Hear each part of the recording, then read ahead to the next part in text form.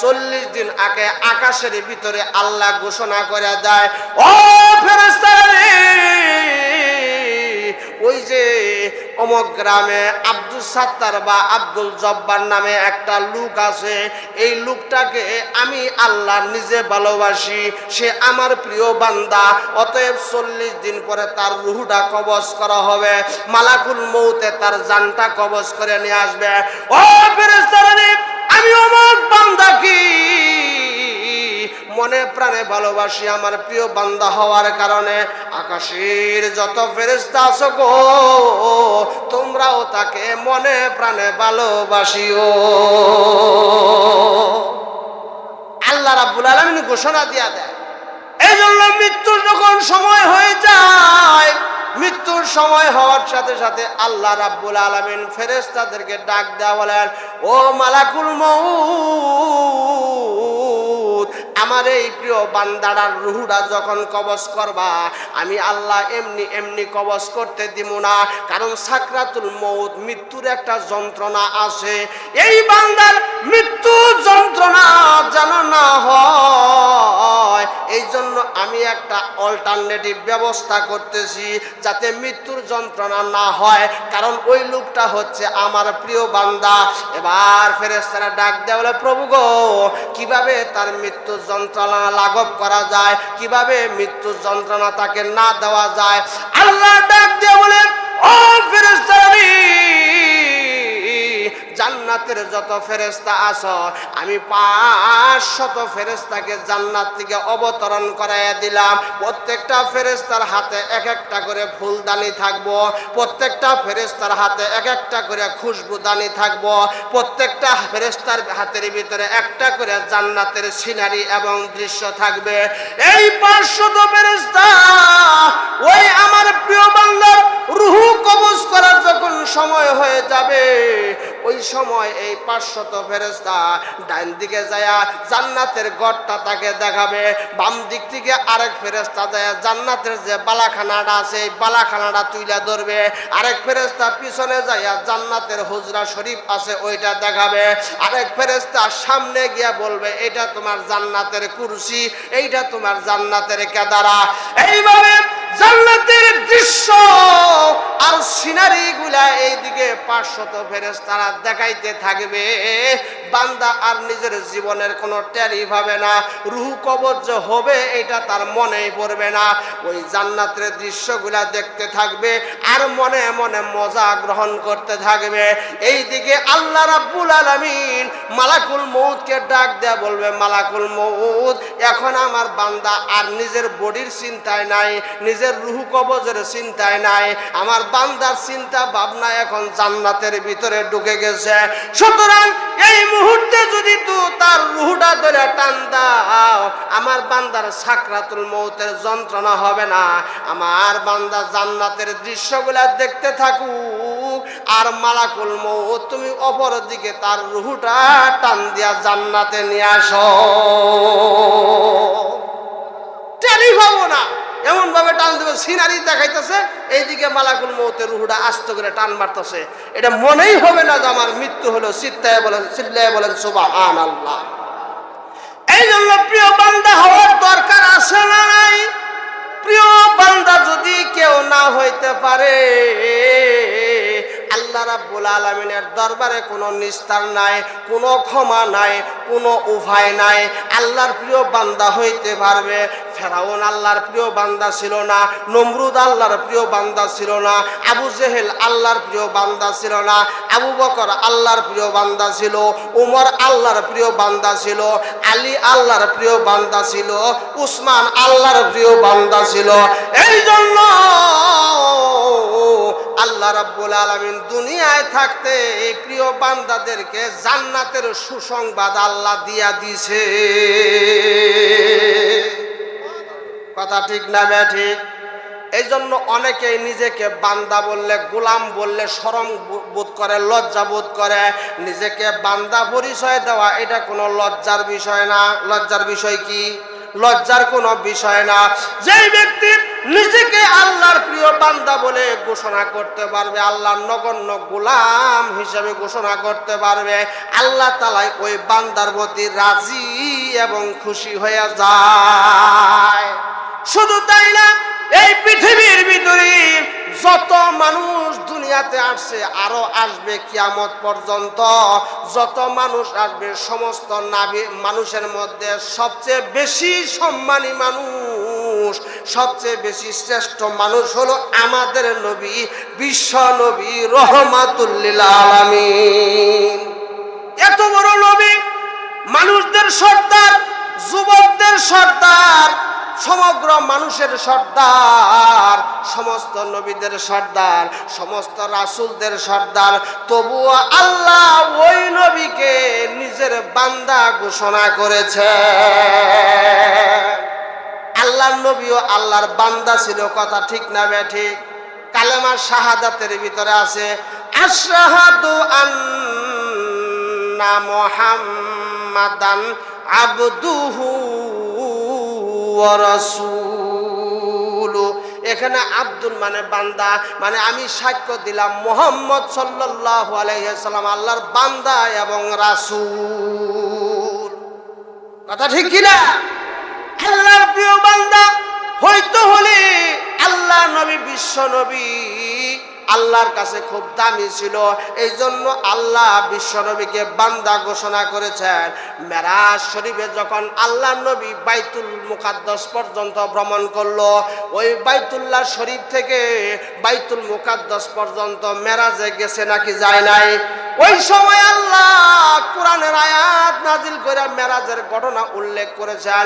ওই জায়গায়ও ওই আয়াতের ভিতরেও আমার আল্লাহ আমার নবীকে বান্দা বলে পরিচয় দিয়েছে। আয়াতটা কি? সুবহানাল্লাযী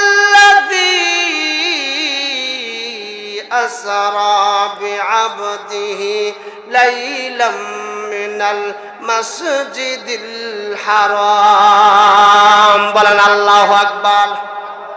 আল্লাহ রাব্বুল আলামিন বলেন, তোমরা স্মরণ করো ওই সময়ের কথা, যেই সময় আমি বিশ্ব নবীকে মেরাজের রাত্রিতে বাইতুল্লাহ শরীফ থেকে বাইতুল মুকাদ্দাস পর্যন্ত আমার বান্দাকে রাত্রে ভ্রমণ করাইছি। এখানেও আল্লাহ বান্দার কথা বলছে।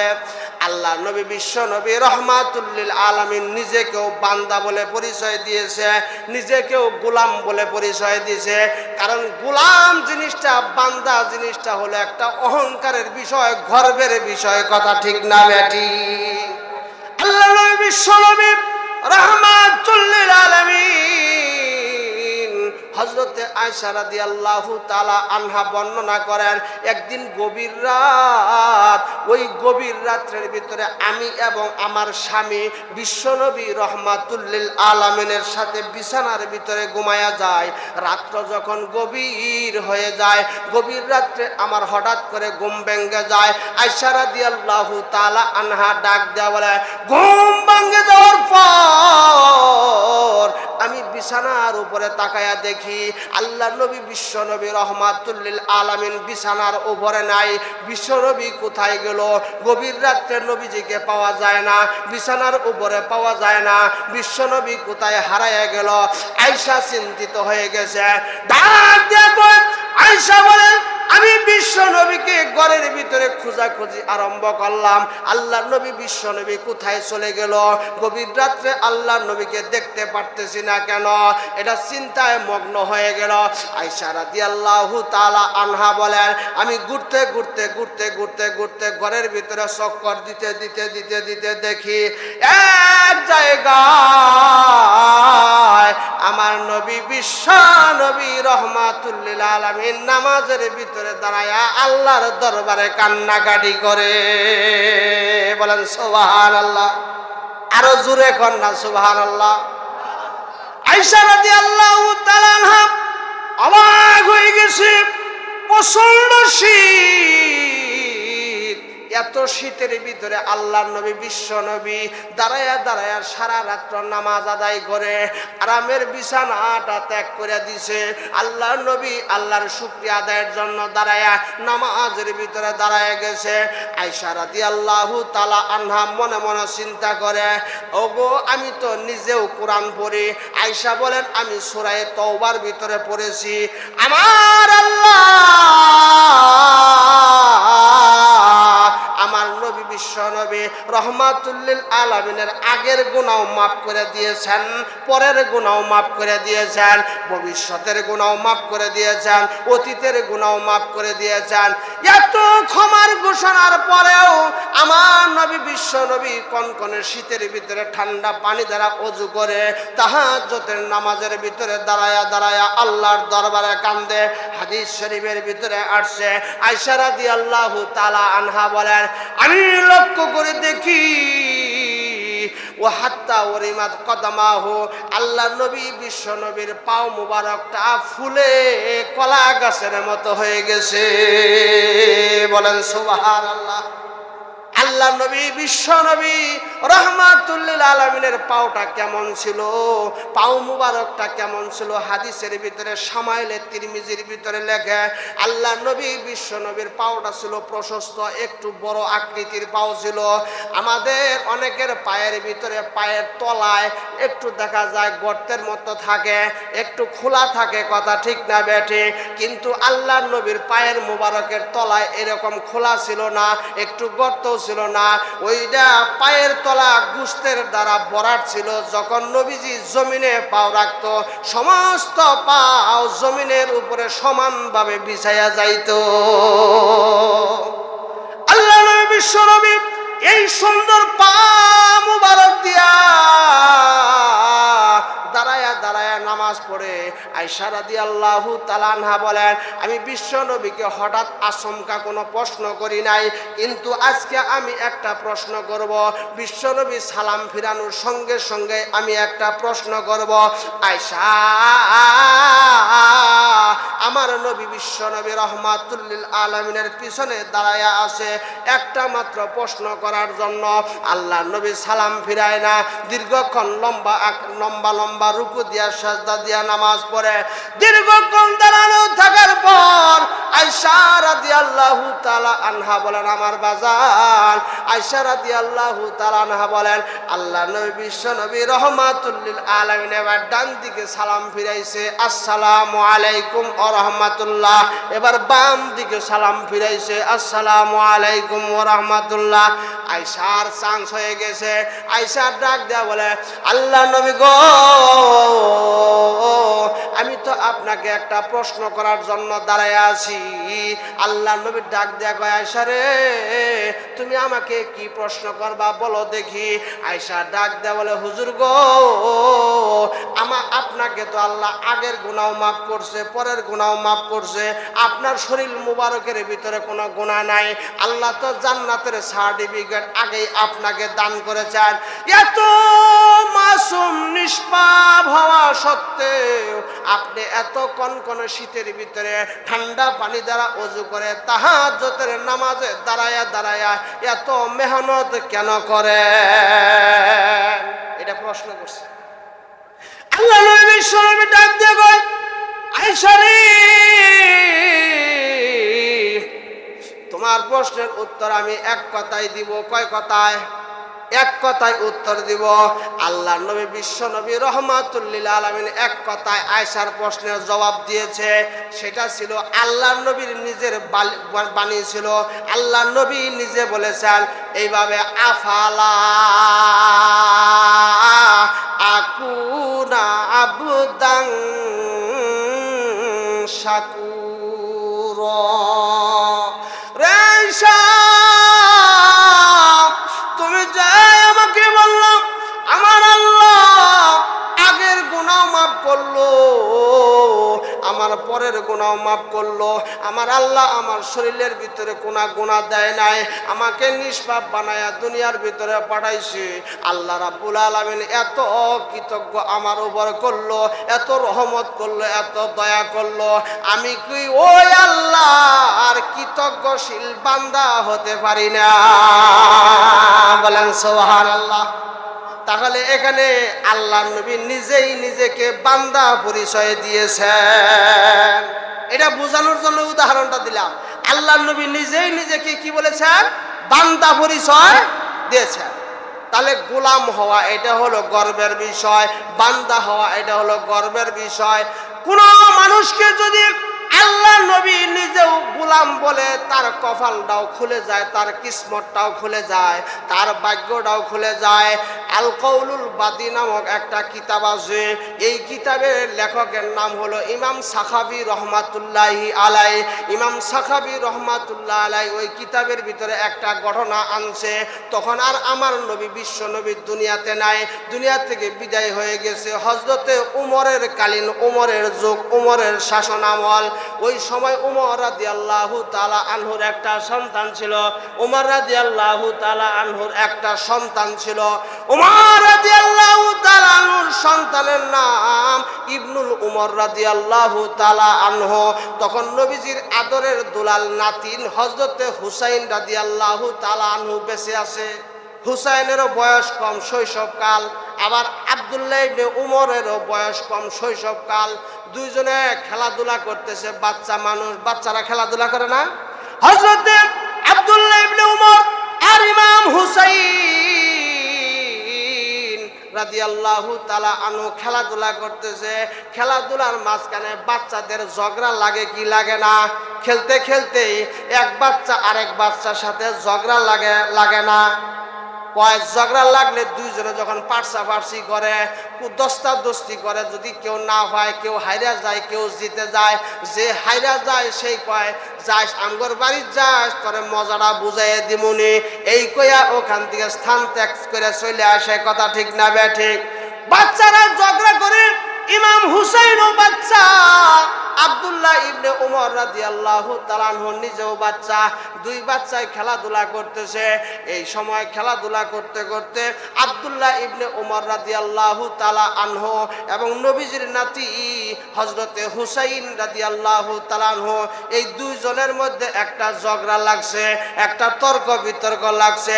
এক পর্যায়ে দুইজনে ঝগড়া করতে করতে হযরতে হুসাইন রাদিয়াল্লাহু তাআলা আনহু, হযরতে হুসাইন রাদিয়াল্লাহু তাআলা আনহু আব্দুল্লাহ ইবনে উমর মানে উমর রাদিয়াল্লাহু তাআলা আনহুর সন্তান, তাকে গোলামের বাচ্চা, গোলাম বলে গালি দিছে। ইমাম হুসাইন উমরের ছেলে আব্দুল্লাহ ইবনে উমরকে একটা গালি দিছে। এটা হচ্ছে গোলামের বাচ্চা, গোলাম কইয়া। কন্ত কেউ যদি কাউকে গোলামের ঘরের গোলাম, গোলামের বাচ্চা গোলাম কয়, তাহলে মেজাজ খারাপ হবে কি হবে না? এখনো যদি কেউ কাউকে গোলামের বাচ্চা গোলাম কয়, মেজাজ খারাপ হয়ে যায়। কথা ঠিক না বেঠিক? হযরতে আব্দুল্লাহ ইবনে উমর রাদিয়াল্লাহু তাআলা আনহু এটা আর সইতে পারে নাই, পরাণের সইতে পারে নাই। হায় হায়, আমার বাবা উমর রাদিয়াল্লাহু তাআলা আনহু, উমর তো নিজেও গোলাম ছিল না, আমার দাদাও গোলাম ছিল না, আমিও তো গোলাম না, আমিও তো দাস দাসী না। অতএব হুসাইন রাদিয়াল্লাহু তাআলা আনহু কেন আমাকে গোলামের ঘরের গোলাম, গোলামের বাচ্চা গোলাম কয়ে গালি দিল? এটা আর তার প্রেস্টিজ নষ্ট হয়ে গেছে। মনের ভিতরে ক্রোধ নিয়া, গুসা নিয়া তার নিজের পিতা হযরত উমর রাদিয়াল্লাহু তাআলা আনহুর কাছে নালিশ করছে। বাবা,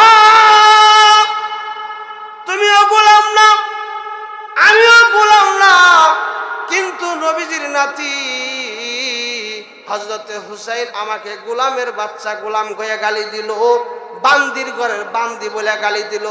এখন আমার ও ভাই কি, ও আমার আব্বা, আপনি তো এখন প্রেসিডেন্ট, অর্ধ জাহানের বাদশাহ হচ্ছেন হযরতে ওমর রাদিয়াল্লাহু তাআলা আনহু। প্রেসিডেন্টের ছেলেরে গালি দিছে, প্রধানমন্ত্রীর ছেলেরে গালি দিছে, অর্ধ জাহানের বাদশাহ ওমরের ছেলেকে গালি দিছে। তাও গালি দিছে কারা? নবীজির আদরের নাতি, জান্নাতি লোকদের সর্দার, জান্নাতি যুবকদের সর্দার হযরতে হুসাইন রাদিয়াল্লাহু তাআলা আনহু। ব্যাপারটা মুশকিল না? বিচারটা কেমনে করে? একদিকে রসুলের নাতি, আরেকদিকে অর্ধ জাহানের বাদশাহ উমরের ছেলে আব্দুল্লাহ ইবনে উমর রাদিয়াল্লাহু তাআলা আনহু। সাহাবায়ে কেরাম তারা লক্ষ্য করতেছেন, দেখি উমর আজকে কিভাবে বিচার করে। তার নিজের ছেলে তো অভিযোগ দিছে, নবীজির নাতির বিরুদ্ধে অভিযোগ দিছে। নবীজির নাতি হুসাইন তার ছেলেকে গোলামের বাচ্চা গোলাম বলছে, বান্দির ঘরের বান্দি বলছে। এখন দেখা যাক উমর কিভাবে বিচার করে। সাহাবারা হতবাক হয়ে গেছে, সাহাবারা অবাক হয়ে গেছে, দেখি কেমনে উমর রাদিয়াল্লাহু তাআলা আনহু বিচার করে। উমর রাদিয়াল্লাহু তাআলা আনহুর বিচার দেখার জন্য লক্ষ লক্ষ সাহাবী, হাজার হাজার সাহাবী ভিড় জমাইছে রাজ দরবারের ভিতরে উমরের বিচার দেখার জন্য। হযরতে উমর রাদিয়াল্লাহু তাআলা আনহু নিজের সন্তান আব্দুল্লাহ ইবনে উমরকে কয়, উমর, আব্দুল্লাহ ইবনে উমর যাও, হুসাইন রাদিয়াল্লাহু তাআলা আনহুকে রাজ দরবারে ডাকাও, তাকে রাজ দরবারে আসতে বলো। রাজ দরবারে ইমাম হুসাইন রাদিয়াল্লাহু তাআলা আনহু চলে আসলো। উমরের ছেলে আব্দুল্লাহ ইবনে উমর রাদিয়াল্লাহু তাআলা আনহু এক পাশে দাঁড়ায় গেছে, ইমাম হুসাইন রাদিয়াল্লাহু তাআলা আনহু আরেক পাশে দাঁড়ায় গেছে। হাজার হাজার সাহাবী ওই মজলিসের ভিতরে উপস্থিত হয়ে গেছে উমরের বিচার দেখার জন্য। কেমনে নবীজির নাতির বিরুদ্ধে ফয়সালা দেয়, এইটাই আজকে দেখার বিষয়। হযরতে হুসাইন রাদিয়াল্লাহু তাআলা আনহু দাঁড়ায় গেল, হযরতে উমর রাদিয়াল্লাহু তাআলা আনহু সিংহাসনে বসে গেল দুইজনের মধ্যে এই মীমাংসা করার জন্য। এক পর্যায়ে যখন সাক্ষী অপরাধী নিজেই যখন অপরাধ স্বীকার করে, তখন কিন্তু কোনো সাক্ষীর প্রয়োজন পড়ে না, কথা ঠিক না বেঠি? আর অপরাধী যদি নিজে অস্বীকার করে যে আমি এইরকম অপরাধ করি নাই, তাহলে সে সাক্ষীর প্রয়োজন পড়ে, কথা ঠিক না বেঠি?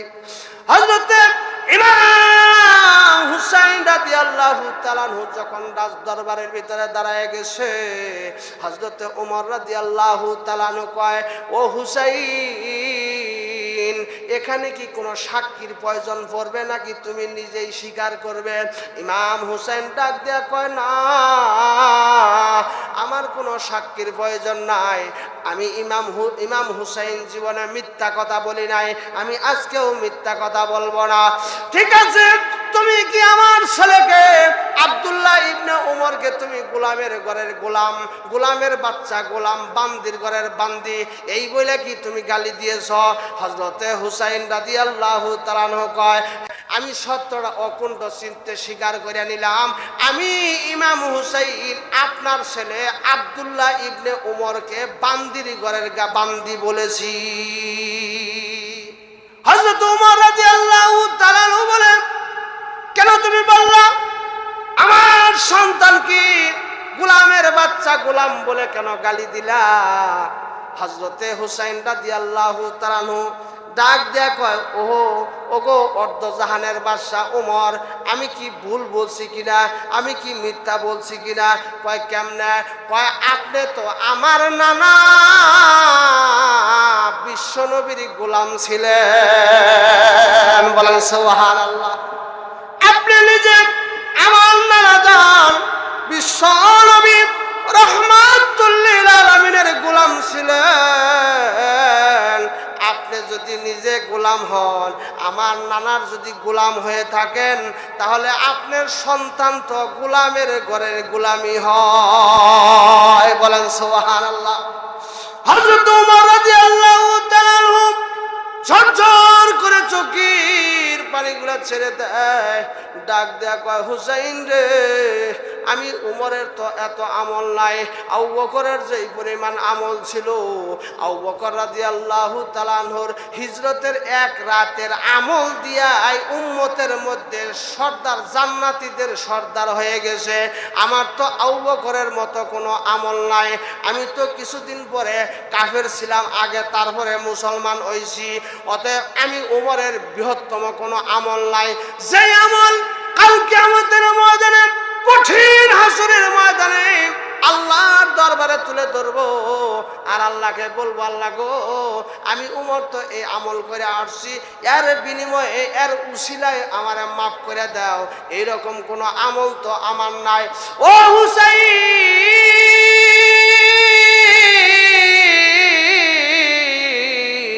আমি তোমাকে বলি, আমি তোমাকে একটা কাগজের টুকরা দিলাম, এই কাগজের টুকরার ভিতরে তোমার এই কথাটা কি আমাকে একটু লেখা দিতে পারবা? ইমাম হুসাইন রাদিয়াল্লাহু তাআলা আনহু ডাক দেয়া কয়, ওমর গো, যেহেতু আমি স্বীকার করেছি, বলেও ফেলেছি, অতএব কাগজের ভিতরেও লিখতে আমার কোনো অসুবিধা নাই, আমি কাগজের ভিতরেও লেখা দিতে পারবো। হযরত ওমর হাজার হাজার সাহাবীর সামনে একটা কাগজের টুকরা হযরত হুসাইন রাদিয়াল্লাহু তাআলা আনহুর হাতে তুলে দেয়, ডাক দিয়া কয়, এই জায়গায় তুমি গোলামের ঘরের গোলাম, আমার ছেলে, এই কথাটা তুমি দয়া করে লেখা দাও। সাহাবারা ডাক দিয়া কয়, হযরত ওমর, আপনি কাগজের ভিতরে এই লেখা দিয়ে আপনি কি প্রমাণ করতে চান? হযরত ওমর রাদিয়াল্লাহু তাআলা আনহু কয়, আমি কোনো কিছু প্রমাণ করতে চাই না, আমি আমার আখিরাতটা স্বচ্ছ করতে চাই, আমি আমার আখিরাতটা পরিষ্কার করতে চাই, জান্নাতের রাস্তা আমি ক্লিয়ার করতে চাই। ও উপস্থিত সাহাবীরা, আমার সন্তান আব্দুল্লাহ ইবনে ওমর, আমি যখন মারা যাব, মারা যাওয়ার পরে জলদি করে আমার কাফন দাফনের ব্যবস্থা করবা, সমস্ত কাপড়গুলা পরিপাটিভাবে আমাকে সাজায়া দিবা। সাজানোর পর এই যে এক টুকরা কাগজ ইমাম হুসাইন রাদিয়াল্লাহু তাআলা আনহু, জান্নাতি যুবকদের সর্দার ইমাম হুসাইন রাদিয়াল্লাহু তাআলা আনহু লেখা দিছে, এই এক টুকরা কাগজ আমার মরণের পরে আমার কাফনের ভিতরে ঢুকাইয়া দিও। কিয়ামতের মাঠে আমার কোন আমল যদি আল্লাহর দরবারে কবুল না হয়, আমি এই কাগজের টুকরাটা আল্লাহ রাব্বুল আলামিন বিশ্ব নবীরা সামনে তুলে ধরব। ওগোলামেজি, আমার কোনো আমল নাই, আপনার নাতি জান্নাতি যুবকদের সর্দার ইমাম হুসাইন রাদিয়াল্লাহু তাআলা আনহু বলেছেন, আমি বলে গোলাম। তখন আমি পরিষ্কার করে জিজ্ঞাসা করছি যে আমি কার গোলাম? তখন ইমাম হুসাইন বলছে, আমি নাকি আপনার গোলাম, বিশ্ব নবীর গোলাম। সুতরাং কিয়ামতের ময়দানে আমার কোনো আমল না থাকলেও এই আমলের উসিলায় আমি উমরকে জান্নাতে ঢুকাইয়া দাও। তাহলে বান্দা বা গোলাম হওয়ার দরকার আছে না নাই? বান্দা বা গোলাম, খাঁটি বান্দা খাঁটি গোলাম হওয়া দরকার। আল্লাহ রাব্বুল আলামিন এই জন্য খাঁটি বান্দা, প্রিয় বান্দাদের কথায় কিছু গুণাগুণ আল্লাহ তাআলা সূরাতুল ফুরকানের ভিতরে তুলে ধরছে। 1 নম্বর, আল্লাহর প্রিয় বান্দা জান্নাতি বান্দাদের গুণ, 1 নম্বর গুণ আল্লাহ তাআলা বলেন, ওয়া ইবাদুর রহমানিল্লাযীনা ইয়ামশুনা আলাল আরদি হাওনা। 1 নম্বর গুণ হলো আল্লাহ রাব্বুল আলামিন বলেন, যখন আমার প্রিয় বান্দা হইতে চায়, যারা আমার মুকাররাব বান্দা হইতে চায়, যারা জান্নাতি বান্দা হইতে চায়, তাদের 1 নম্বর গুণ, তখন তারা যখন রাস্তা দিয়ে হাঁটবে নম্র এবং ভদ্রভাবে চলাফেরা করবে। এক কথায় তাদের অন্তরের ভিতরে কোনো অহংকার থাকবে না। 1 নম্বর কি? আল্লাহর প্রিয় বান্দা যারা অহংকার মুক্ত, তারা অহংকার অহংকার যদি কারো অন্তরের ভিতরে থাকে এই লোকটা জান্নাতে ঢুকবে না। প্রমাণ আল্লাহর নবীর হাদিস, বলেন নাউজুবিল্লাহ। আল্লাহ নবী বিশ্বনবী রাহমাতুল লিল আলামিন কয়, যে ব্যক্তি মান কানা ফি কলবিহি মিসকালু যাররাতিন মিনাল কিবির লা ইয়াদখুলুল জান্নাতা, যেই ব্যক্তির অন্তরের ভিতরে এক জাররা পরিমাণ অহংকার থাকবে, এই অহংকার নিয়ে ওই বান্দা কখনো জান্নাতে ঢুকতে পারবে না।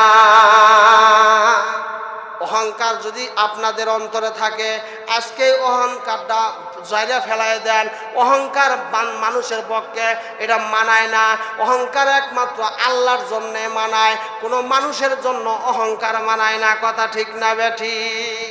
আল্লাহ রাব্বুল আলামিন বলেন, আল কিবরিয়াউ রিদাই, অহংকার হলো আমার চাদর। আল্লাহর চাদর ধরে যারা টান দেয় ফেরাউনের মতো তাদের উপর গজব নাজিল হয়।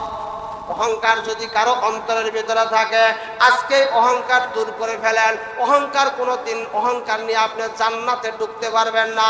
আল্লাহ নবী বলেছেন, এক জাররা পরিমাণ অহংকার যদি কারো ভিতরে থাকে, ওই লোকটা জান্নাতের ভিতরে প্রবেশ করতে পারবে না। আপনাদেরকে সংক্ষেপে একটা উদাহরণ দেই। আল্লাহ নবী বিশ্ব নবী রাহমাতুল লিল আলামিনের একজন সাহাবী ছিল, হযরতে আবু যর গিফারী রাদিয়াল্লাহু তাআলা আনহু। আবু যর গিফারী রাদিয়াল্লাহু তাআলা আনহু আল্লাহর নবী বিশ্ব নবী রাহমাতুল লিল আলামিনের দরবারে বসে আছে। এমন সময় জিবরাইল আলাইহিস সালাম হাজির হয়ে গেছে। জিবরাইল এসে দেখে আবু যর গিফারী, আল্লাহর নবীর সাহাবী আবু যর গিফারী রাদিয়াল্লাহু তাআলা আনহু বিশ্ব নবীর সাথে কথাবার্তা বলতেছে। আবু যর গিফারীর সম্মানে, তাকে ইজ্জত কইরা, তাকে সম্মান দিয়া জিবরাইল একটু পিছনে চলে গেল। আল্লাহ নবীকে ডাক দেয়া কয়, আল্লাহ নবী গো, আপনার সাহাবী আবু যর গিফারী কথা বলা শেষ করুক, তারপরে আমি আপনার সামনে আসতেছি। আগে আবু যর গিফারীর আলোচনাটা কমপ্লিট হোক, তারপরে আমি আসতেছি। এই বলে জিবরাইল আলাইহিস সালাম চলে গেলেন। জিবরাইল আলাইহিস সালাম চলে যাওয়ার পর আবু যর গিফারী রাদিয়াল্লাহু তাআলা আনহু নবীজি বিশ্বনবী রাহমাতুল লিল আলামিনের সাথে কথাবার্তা শেষ হলো। আবু যর গিফারী চলে যায়। এবার জিবরাইল আলাইহিস সালাম হাজির হয়ে গেছে। আল্লাহর নবী ডাক দেয়া কয়, জিবরাইল, আমি তোমার সাথে আগেই কোনো কথা বলবো না, তুমি আগেই ওহী নাজিল কইরো না। আগে তোমার কাছে আমার একটা প্রশ্ন। আবু যর গিফারী আমার একজন সাধারণ সাহাবী।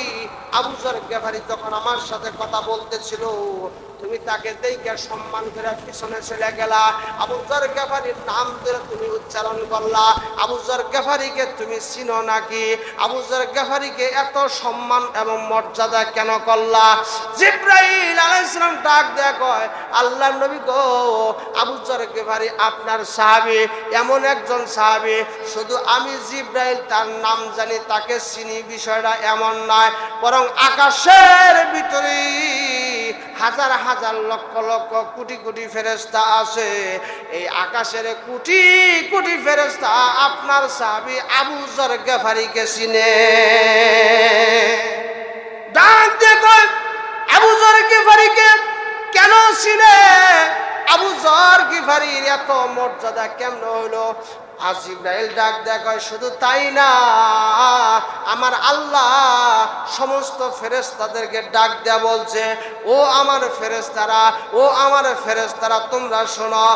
আল্লাহ নবী বিশ্ব নবীর একজন সাহাবী আবু যর গিফারী রাদিয়াল্লাহু তাআলা আনহু, এই আবু যর গিফারী রাদিয়াল্লাহু তাআলা আনহুকে আমি আল্লাহ নিজে ভালোবাসি, আমি আল্লাহ নিজে মহব্বত করি।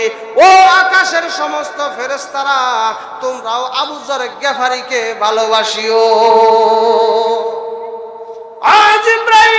জিবরাইল আবু যর গিফারীর এত সম্মান এবং মর্যাদা কেমনে হইল? আর জিবরাইল আলাইহিস সালাম ডাক দেয়া কয়, দুইটা কারণে আবু যর গিফারীর সম্মান এবং মর্যাদা আল্লাহর কাছে বেড়ে গেছে। কয়টা গুণের কারণে? দুইটা গুণ। এক নম্বর গুণ হলো লিসিগারিহি আলা নাফসিহি। ভাই আবু যর গেফারি সব সময় নিজেকে ছোট মনে করে। আবু যর গেফারি কখনো নিজেকে সূরা আছে, এই সূরাটা আপনারা সবাই জানেন। এই সূরার নাম হলো সূরাতুল ইখলাস। আমরা বাংলায় বলি কুলহু সূরা, কথা ঠিক না বেটে? ও আল্লাহর নবী, এই সূরাতুল ইখলাস এমন একটা সূরা, ওই গুলমরিচের ছোট মরিচের জাল বেশি হয়, কথা ঠিক না বেঠিক? এই 30 পারা কোরআনের ভিতরে এই সূরাতুল ইখলাস একটা ছোট্ট সূরা, কিন্তু এর জাল বেশি, এর গুণ বেশি, এর মান বেশি, এর মর্যাদা বেশি। কেউ যদি 3 বার সূরাতুল ইখলাস তেলাওয়াত করে আউযু বিল্লাহ বিসমিল্লাহ সহকারে, আল্লাহ নবী বিশ্ব নবী রাহমাতুল লিল আলামিন বলেন 3 বার সূরাতুল ইখলাস পাঠ করলে 30 পারা কোরআন তেলাওয়াতের সওয়াব আমার আল্লাহ তার আমলনামায় দান করে দেয়। ওগুলো নবীজি আপনার সাহাবী আবু যর গিফারি রাদিয়াল্লাহু তাআলা আনহু, তার মুখে চলতে ফিরতে উঠতে বসতে যাইতে হাঁটতে সব সময় তার ঠোঁটের ভিতরে একটা সূরার জিকির থাকে, একটা সূরার তেলাওয়াত থাকে। সেই সূরাটার নাম হলো সূরাতুল ইখলাস। আপনার সাহাবী আবু যর গিফারি যখন রাস্তা দেয়া যায় তখন মনে মনে করে কুল হুয়াল্লাহু আহাদ আল্লাহুস সামাদ লাম ইয়ালিদ ওয়া লাম ইউলাদ ওয়া লাম ইয়াকুল লাহু কুফুয়ান আহাদ। ডান দিকে যখন রওনা হয়ে যায় আবু যর গিফারি পড়ে কুল হুয়াল্লাহু আহাদ আল্লাহুস সামাদ লাম ইয়ালিদ ওয়া লাম ইউলাদ ওয়া লাম ইয়াকুল লাহু কুফুয়ান আহাদ। বাম দিকে যখন চলে আবু যর গিফারি পড়ে কুল হুয়াল্লাহু আহাদ আল্লাহুস সামাদ লাম ইয়ালিদ ওয়া লাম ইউলাদ ওয়া লাম ইয়াকুল লাহু কুফুয়ান আহাদ। শোয়ার জন্য যখন যায় তখনও কুলহু সূরা পড়ে, ঘুম থেকে যখন ওঠে তখনও কুলহু সূরা পড়ে, উপরে যখন ওঠে তখনও কুলহু সূরা পড়ে, নিচের দিকে যদি নামে তখনও সূরাতুল ইখলাস পড়ে। শুধু তাই না,